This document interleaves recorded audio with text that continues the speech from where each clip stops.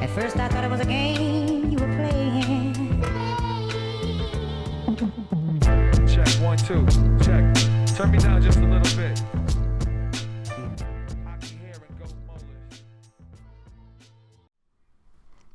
It's been a year since Nintendo revealed the teaser for the Breath of the Wild sequel, which has been in development. Some predict we will see an actual trailer next month around the time that E3 was supposed to take place. Some even believe this title might come this holiday. While on the other hand, there are those who firmly believe it will be 2021, especially with the current health crisis taking place. Either way, we have time to ponder, break down, and have expectations for the upcoming Legend of Zelda title. With that being said, here are Sleven expectations for the Breath of the Wild sequel. Time skip. Preferably at least 2 years from when Breath of the Wild ended. With a couple of years having passed, we can see many things come to fruition. An older Link sporting a taller, more defined build, who looks seasoned and more mature than the usual short, childish model.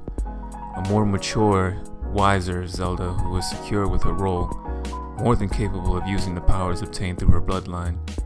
A more cultivated Hyrule where roads are less dangerous, organized construction projects for old and forgotten ruins or sites, and stables probably transitioning into thriving villages. More contact and innovation taking place among the 5 main races. Finally, more Sheikah technology being utilized for the betterment of the land. Indestructible weapons and items. This here has been one of the main gripes for many players who've played Breath of the Wild. I understand the premise of making it a system that forces the player to improvise and use the environment, but that system is not very rewarding. For instance, what if you run out of one-handed or two-handed weapons or arrows in the middle of fighting a powerful enemy, like a Lino or Guardian?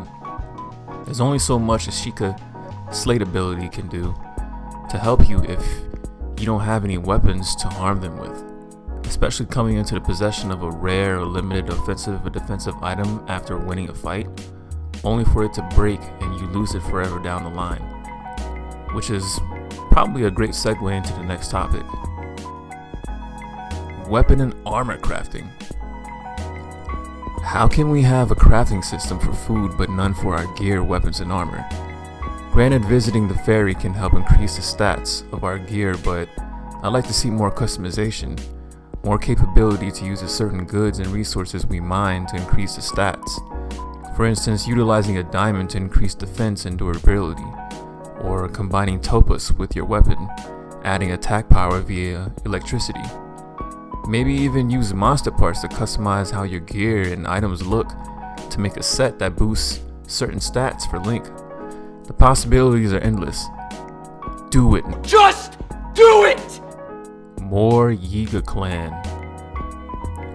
Frankly, Yeva Clan interaction has been very minimal and sort of a tease, other than random ambushes, sneaking into their hideout and defeating their leader. It was not enough and sadly disappointing, and I demand a more worthy Yeva Clan adversary. An antagonist Ganondorf over a typical villain.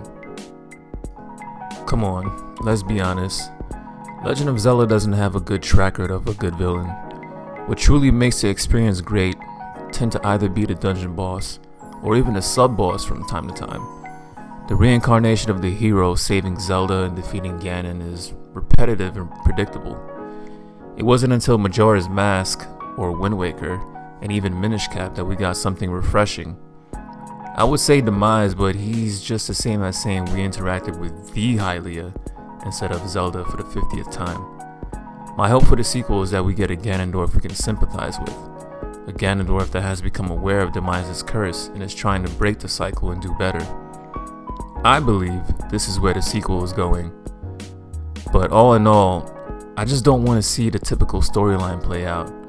You know, Dark man bad, Hylian's good, little boy defeats giant monsters with ease. Like another Dragon's Lair type of game. Playable champions. When the Battle of Champions DLC was announced, everybody was excited, thinking we'd get to play as other characters or even go up against new NPCs in a contest of champions, or simply relive and play as Link in the prior 100 years and meeting up or interacting with the deceased champions. But Nintendo was like,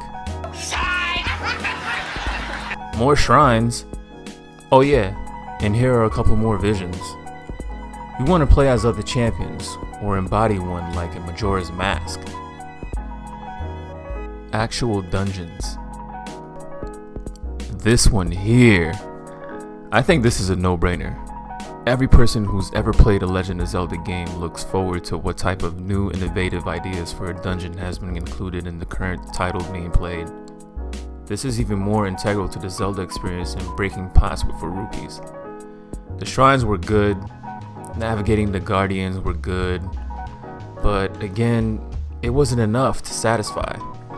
Closest thing we've gotten to a dungeon in Breath of the Wild was Hyrule Castle, and that was all the way at the end of the game. Unless you're a speedrunner or playing crazy, we went a full 100 hours of exploring and side missions to get one actual dungeon. And there you have it. These are my expectations for the Breath of the Wild sequel. If you have any expectations of your own you'd like to add on, feel free to comment down below. I'd love to see what you guys come up with. Please leave a like if you enjoyed this video, share, and subscribe for more content while quarantined. Peace. Woke up this morning and me and my niggas is chillin' and playing Nintendo. Talking and sipping while niggas is rolling and busting down this endo. Call up some girls, my nigga, I'm with it. These bitches be nothing but nymphos.